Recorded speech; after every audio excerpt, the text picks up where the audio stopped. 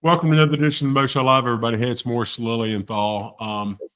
If you've watched the show over the last 7 years, one of the biggest passions that I have is about education and providing opportunities for our youth. And today's program is going to really, I think, give some more insight into that and how one of our local great nonprofits is trying to provide a platform for our local youth to give them the opportunities so they can grow in their education, health, and spiritual background and needs. And that's what we're going to be talking about today with our guest here is Ray Allister, who is the executive director of the Huntsville Learning Center here in Huntsville. Ray's a graduate of Oakland University. And Ray, if your LinkedIn profile's right, then it looks like you've had about maybe 13 plus years in various capacities in education before joining this role. So he's got a history of education and teaching. So he kind of knows what's going on out there, and being here in the local area has some perspective on that and doing. And he's been the executive director for the Huntsville Learning Center for about a year and a half now. Ray, thanks for taking time. Nice to meet you. How are you doing? Doing well, Mo. Thank you for the invite, man. Super excited to sit down with you. Well, I'm excited to be here, and I love talking about youth and kids and education. I'm a big believer in providing them the resources they need so they can have an equal footing and opportunity out there. So folks, if you're watching today's show and you're watching live, you got questions or comment, if you're on Facebook, throw it in the chat. If you're in LinkedIn or throw it in there. And if you're on X, throw it in there. I'll monitor the side and bring them up if we can. If you're watching, like a lot of people get our show, watching the replay later on, then just put it in the comments. Ray and I'll monitor those afterwards. And if we've got some resources or something, we'll respond to that and we'll give some contact information for the Huntsville Learning Center at the end of the program so you can reach out to them and do.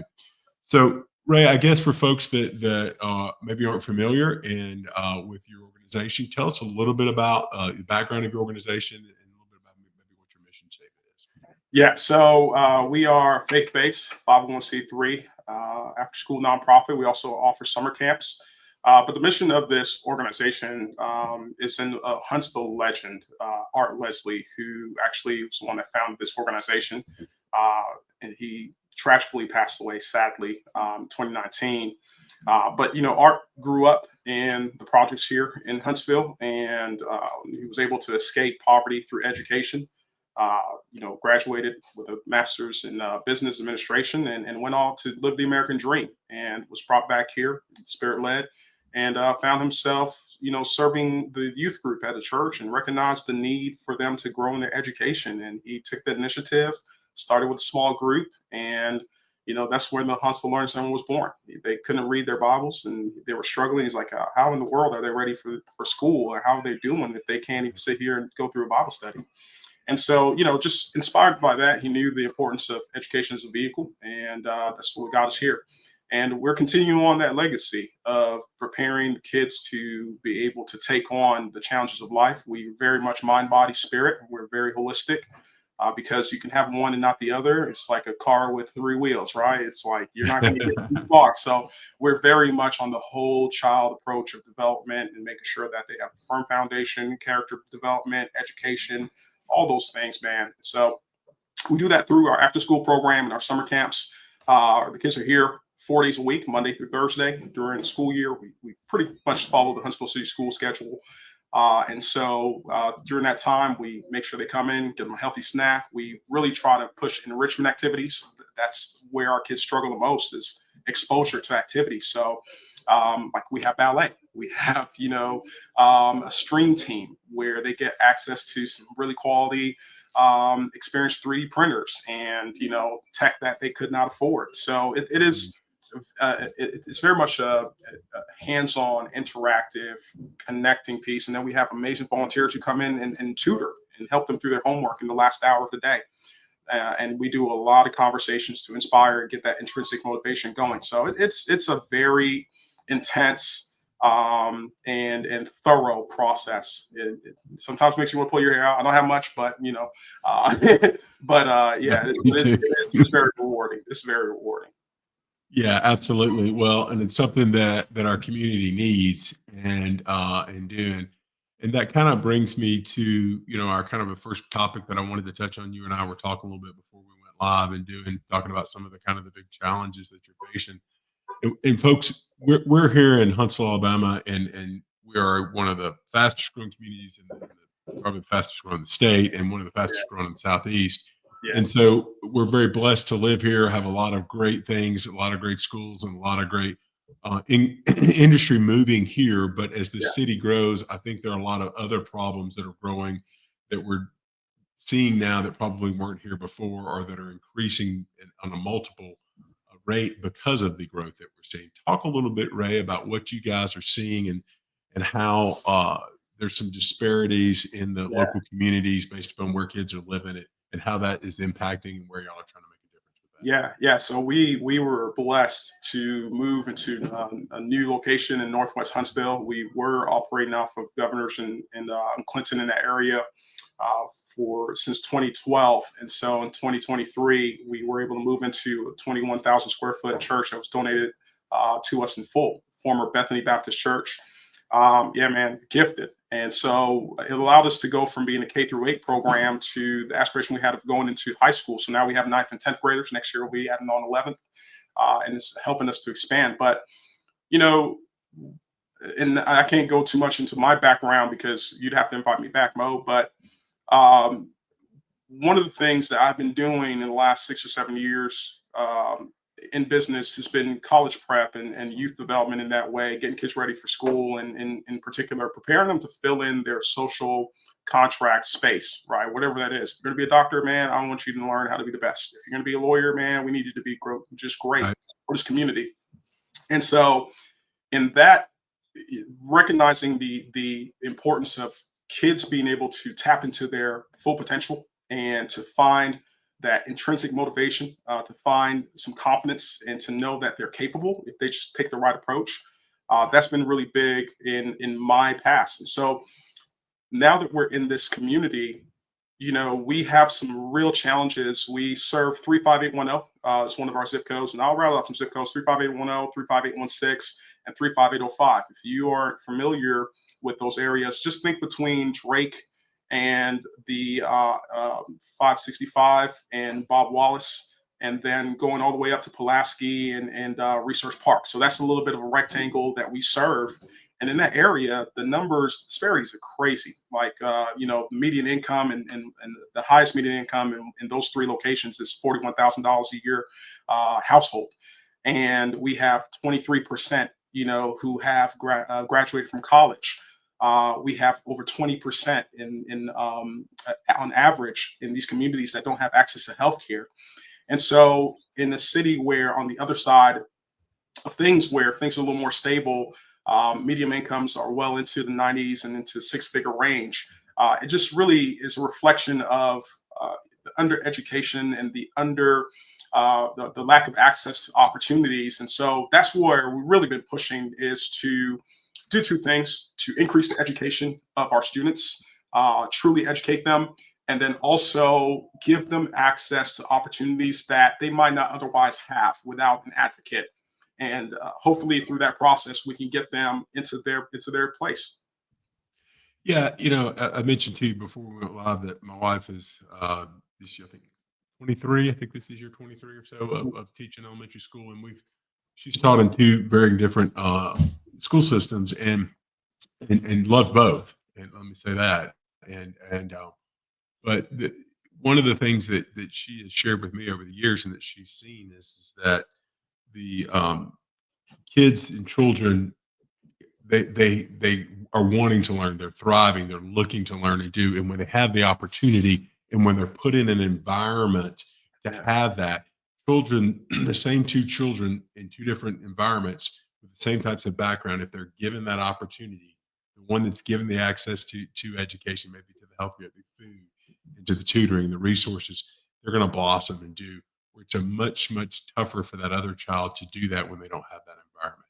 Yeah. And so, and also in the environment they're in, she's told me about children that she would see in her current school system, that if they were in the other school system, they might not flourish because of the environment they were in, but because Right. they're with other kids that are trying to bring them up, whose parents might have other opportunities, they're going to be brought up with those kids and do, Yeah. as opposed to in the other system. So it sounds like that's what you guys are trying to do here. And you Yes. realize that, and you're trying to provide opportunities and access to things that will give these kids an opportunity. And I'm sure you've got some success stories and do, but talk a little bit about some of the things that y'all are doing to give access to say educational opportunities. I know you mentioned something about maybe some college tours and some other Yeah, things. yeah. Talk a little bit about that. So, even this Friday, we were taking a group of kids, middle and high school students. We just had a parent meeting and we sent out the blast. And I hope I don't offend anybody by letting them know the first place we're stopping is Auburn.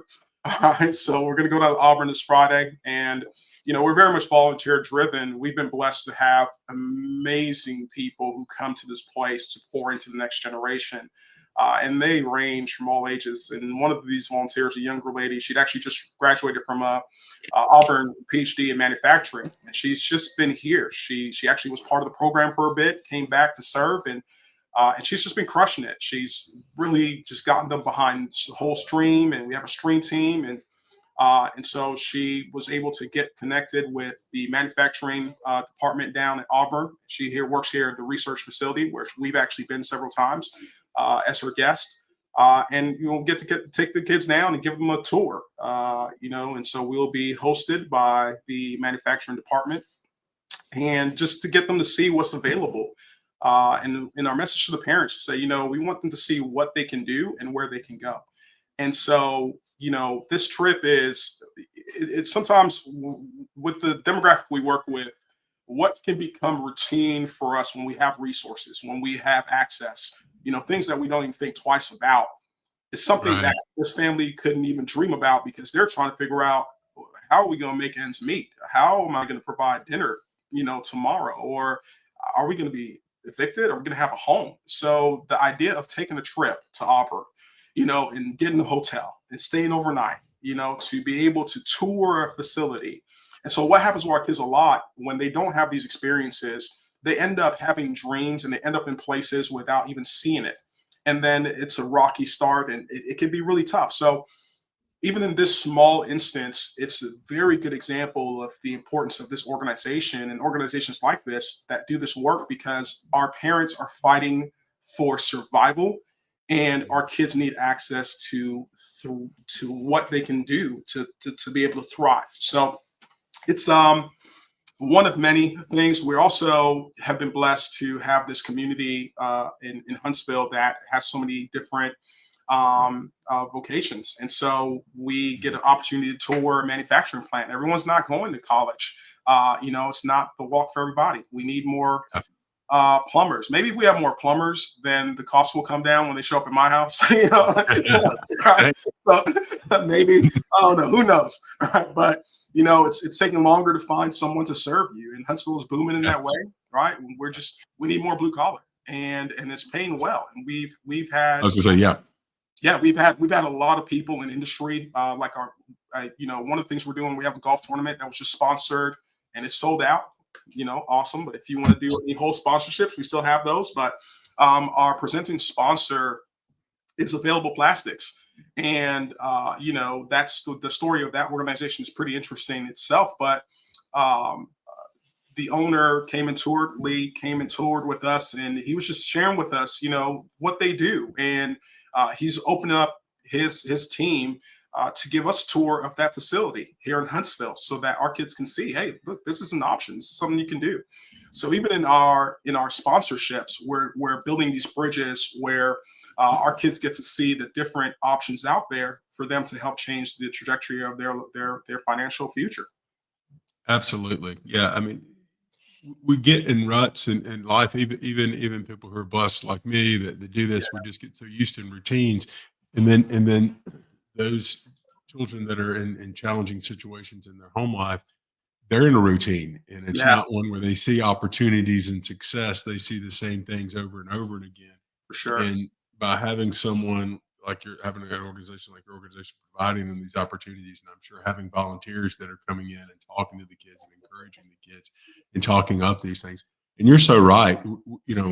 We have so many people that are saying, "Well, I've got to go to college or do college and this," and that's fine for a certain segment of people. But there are a lot of Absolutely. great opportunities out there for joining the workforce and building a successful career that don't involve college. And to be honest, you can probably make a lot more money and do Yeah, better off than yeah, you could going to college for a lot of careers. I know for that sure. I've talked to a lot of people that college cost them a lot and it takes them a long time to pay it off. But if you're Right. an electrician or a plumber and we have welding with so many great fields here and with the industry here that you can build a really successful career and support yourself and your family and have a great outcome by not going to college. But it just kind of depends on this. But you got to have that basis to know from an education standpoint, general Yes. education, and understanding that that's an opportunity, Yes. and you got to feel good about it. That's okay to do that. Yeah. We Absolutely. should. I think sometimes people probably feel like they maybe feel some of the children may feel like the kids may feel like that. Well, if I'm not going to college, I'm not as successful as my peer Right. in class. He's not going, and that's totally not true. But they don't understand Yeah. And you know what? What we find ourselves now doing too is educating our parents, right? So we're trying to that. get the parents to understand because sometimes you have that pressure. Some people are still operating off what made sense in 1975, right? And we're passing that down. And then we're 2025, and it's not where we are right now. And so we're stuck in that cycle, that rut of, hey, go off to college because that's what would have made you successful, in the 50s and the 60s and the 70s. But when I look back, and actually I was at my mother-in-law's house and I saw something on her fridge that showed like the progressive increase in these costs. And I think when my father-in-law, graduated and he came, to Alabama A&M, his total bill was like $3,000 for 4 years, something like that. So I can't barely buy books now on that. So Yeah. what made a lot of sense in a different era, it's just not making sense right now. But the stigmas are still there. And now, if you're going into medicine, if you're going into law, if you're going into one of those rigorous academic studies, man, we can Engineering. get you right. We've got it. We're going to get you right. We're going to get you those high ACT scores, the high SAT scores, and get you into advanced, test prep study and all that. But that's just not the way for everybody. And we have to break through that stigma that this is a good thing. And matter of fact, it's a necessary thing. And this is a community that does it, but it's necessary for this entire country for us to kind of shift that stigma and set it right. Yeah, I agree 100%. So, with regards to the kids that you guys are serving and say the after school program, how are the kids getting to you guys? How are you getting the word out to the community Yeah. that you guys are out there? And then how literally y'all have vans or buses that pick the kids up to make it easier for them? Kind of talk a little bit about Yeah, that. yeah. So I'll start with how many students we have. So right now we have a formula of 10 students per grade level, and we are K through 10. Kindergarten is a special group. Only 6 special people can be in that space at any one time anymore, and you will pull your hair out. All right. So Yeah. they're blessed, man. If you have a bad day and you go back there, bad day over, but they are a challenge to whoever is running that group. So our capacity right now is 107. Next year, we're adding 11th grade. So our capacity 117. And so, and as we grow, we're still a young organization in many ways, or a growing organization in many ways. So we're still trying to put things into place that will allow us to serve more students. And a scary number is, Mo, is in 35810, our zip code, there are 4,500 students who attend Title I schools that live in this zip code. So even if we're at capacity, there's a lot of students that aren't being served. But what we're trying to Right. do is really set a program that we can share. And the wins that we have, we can work with the school system and different things like that. So our capacity is 107 or 107 right now, expanded out to 127 after school. But we also serve different groups during the summer. And so in a given year, we serve about 155 kids between our summer camps and our after school program. Excuse me. And of course, as we increase our grade levels, that number will change as well. But we're also trying to figure out how to serve them in the school system so that we can leave that impact as well and partner more with Huntsville City Schools and in particular, because that's where our kids are coming from. Right. And how do they get here? So we do have 2 vans, and so that enables us to do a double route to pick up at 7 schools. And so we have about 45, 50 kids that we pick up. And then we do have parents that drop off because we have a couple private schools as well that we serve and parents drop off.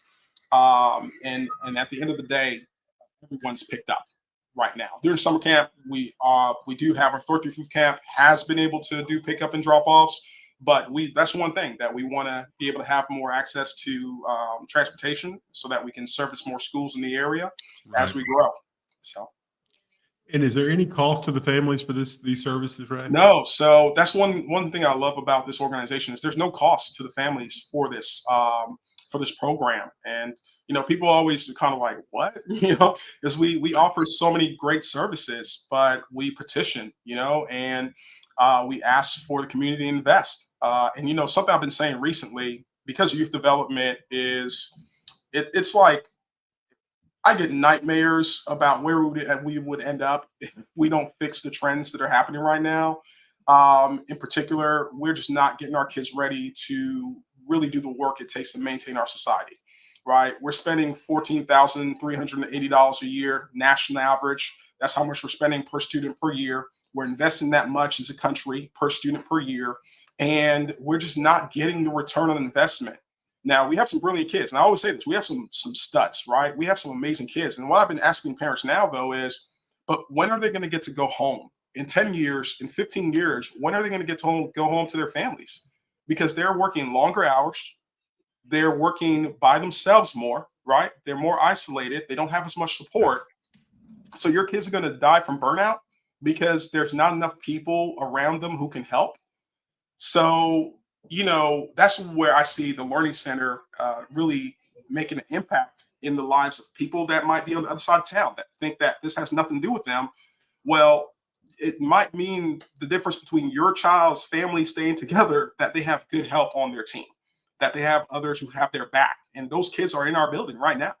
So they just don't have access. So we really petition to grow that group and to help them to reach their full potential so that the greater community can work well. So that's why we do it, and we petition for it.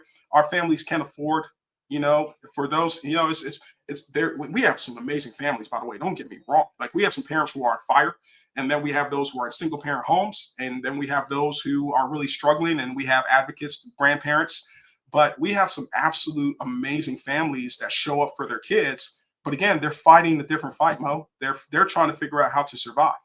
And so They're for trying us to pay rent. to be able to have a place that they know their kids are going to get these quality experiences and this educational, boost where, there wouldn't be the margin in their budget to be able to provide any of this. It is a game changer for them. So it being free is essential to help solve the problem that we are having in this part of the community. Yeah, and I think having the community buy-in for your mission is critical, and having the business leaders and organizations out there and individuals that are willing to help provide the resources and to help you guys provide this free service is essential, because these kids and families need this assistance so they can try to get on equal footing with everybody else. And I think you're totally right. I think understanding sometimes there's a mindset out of sight, out of mind. It's not my kid, and it's not necessarily my kid's school. So why do I care about it? And that's totally wrong mindset, because as the entirety of the community, the level of education and opportunities rise, we all rise together. Exactly. Right on. Dude, because everybody's working together and and we may not all have the same mindset. It may not all have the same ideas of what we want to do, but that overall equality of we all rise. When one does good, we all do better and do. And so I really think, as you indicated, that if, hey, if we got a better education base and a better working force here, then even more industries are going to come here, even more opportunities are going to be here, and everything else that we love about our community is going to continue to improve and do. And I'm hopeful that you're seeing a lot of outreach from a lot of our organizations and do. But there's always room for improvement. Yeah. But as you said, I know in some of my other shows, I've talked to the executive director here for Habitat to Humanity in the last year. Yeah. And he was telling me about how much the average cost of a home and rent is now here. It's gone up so much. And I don't remember the exact number, Ray, but it was around $1,200 or something. It just blew my mind what the average rent was in Huntsville now. Yeah. And to think that there are people out there making minimum wage or so, and they're trying to pay that kind of rent, and then worried about doing for their kids and providing any kind of resources, not to mention if their children are wanting to do any extracurricular things and the cost of those things. Correct. it is daunting, and so It those is. parents are working longer, and it's just Yeah. tougher and tougher. Yeah, absolutely. Yeah, Mo, I mean, you're right on it, man. That is the challenge that's happening here. And what's happening too is that, this is one of the ways that we're trying to help kind of build up the hope again in this community. Parents are tired. They're burnt out. The grandparents are tired. They're burnt out. And for some of the changes that have to happen, for some of the shifts that we have to make, it requires more energy. And what we believe is that when we get our kids to start believing, when we get them to start achieving, and the families see the impact that they're having, right? That these kids are having on their future. Sometimes that is the catalyst that's necessary to get the community rejuvenated. And so it is very much an investment in that generation to hopefully have a ripple effect that will get others to shift. And like you said, build a stronger community overall. Absolutely. Talk a little bit about volunteers and how you guys are able to. I'm assuming twofold the way you guys can provide this awesome access to these opportunities at the learning center. One is through donations, but the Yeah. other, I'm assuming, is probably through a lot of volunteer. Talk Yes, about absolutely. what kind of volunteers or people are coming and providing, and if you're looking for folks, tell us what we can do to help. Yeah, we're always looking for folks. We've had just the most amazing volunteers. We have some who are just champions of this organization, but there's all types of activities that happen here on a day to day that are just supported by people in the community. Like what I mentioned, our kids start off with a healthy snack. Almost every day that this program's running, someone's bringing in that snack. The volunteers are showing up and providing for these kids to get that afternoon, boost. When it comes to our enrichment activities, some are covered by costs because they're business providers, but we have volunteers. We had the Huntsville Pickleball Association came and taught pickleball for our third through fifth group, and man, that was a really really awesome experience. We've had coaches come in to teach soccer and basketball, and our volunteer who came in to teach 3D printing. That took us to California. We had some kids who entered the competition and they won a runner-up prize, and we got 4 kids on the plane to go to Rapid TCT conference in LA last year, which was one of the coolest things ever, man. We still have fun conversations about that. So our volunteers range in age. We have those who come in with their youth groups. A lot of Wednesday nights, we'll have Twickenham Church or Willowbrook here, and we'll have their kids sitting down with our kids, and up to, we have volunteers who are in their 80s and 90s who come in and support. And every single person leaves an impact or an imprint. So we on our website we have a volunteer application. We have if you ever look at our website, and I'm sure we can drop it right there. Yeah, if you ever look at our website, you see a lot of the opportunities, whether it's from stack or for enrichment activities or for tutoring or in the summertime to support camp. We always look for people who come in and share their experiences. If you're in industry and you want to come in and talk to us about what you do and give kids a little bit of a peek into that window. Yeah, we are very much volunteer driven. I don't know how we make it through a day without volunteers coming in and helping us, to help our kids. So yeah, it is lifeblood, and a lot of our volunteers are also donors. So they get it, and they're here for it, and they're making the investment. And we always try to get our kids to recognize, because sometimes I'll say this, sometimes they don't understand it yet, right? So Sure. they don't understand how much the people who are in the building are sacrificing. I'll tell them, hey, they don't have to be here. They're choosing to be here. So let's give them the respect that they're here for you. We're here for you. Everyone's here for you. Can you be here for you? So, but our volunteers, they hang with us through it, and they get it, and they're investing at levels that they're making a huge difference. All right, I'm stealing that line. I like that. Yeah, Everybody's here for you. Can you be here for you? I love it, absolutely, Ray. man. Hey, look, man, It is. that's I love it. that's That's funny. gold At right this there. point, I start saying that, they get tired. They just roll their eyes. No, I get it, and I get it, and kids are going to be kids, and that's just part Yeah, of it. And as a parent, with my hair's gray and it's receding and doing, and yeah, that's my yeah, 14-year-old makes me want to do it and do every time I start talking to him, and I get bro this or bro that. And Yeah, so it's, you know, we just have to stick with it because we know what's inside of them and what we can unlock with the right exactly. keys and give them Exactly. those access to the things that we've been talking about. And Yes, folks, sir. check them out. They have the Huntsville Learning Center has an active Facebook page. Give them a follow there. Check out their website here if you want to learn more about volunteering or learn how to donate. And you know, Ray, I'm assuming you guys will take big or small, you'll take them all donation Yeah. wise. If you want to, if somebody wants to give $10 or larger, Yeah. or wants to Yeah. become I guess, a sustaining type member where they agree to give a small amount or an amount every month, y'all would love to do that too. Yeah.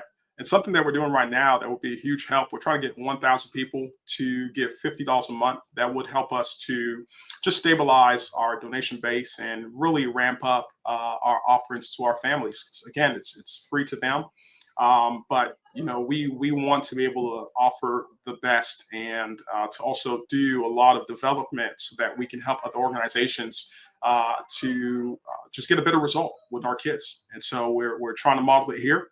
But we have a dream, a hope to be able to impact this greater community, including our public school system that needs a lot of support right now. Yeah, absolutely. Yeah, there are a lot of challenges facing any public school systems now, but especially in a growing community like ours that's so diverse economically Yeah. and with all the folks that we've got here. A lot of great things. We got a lot of great base to build upon, but we got to build upon it.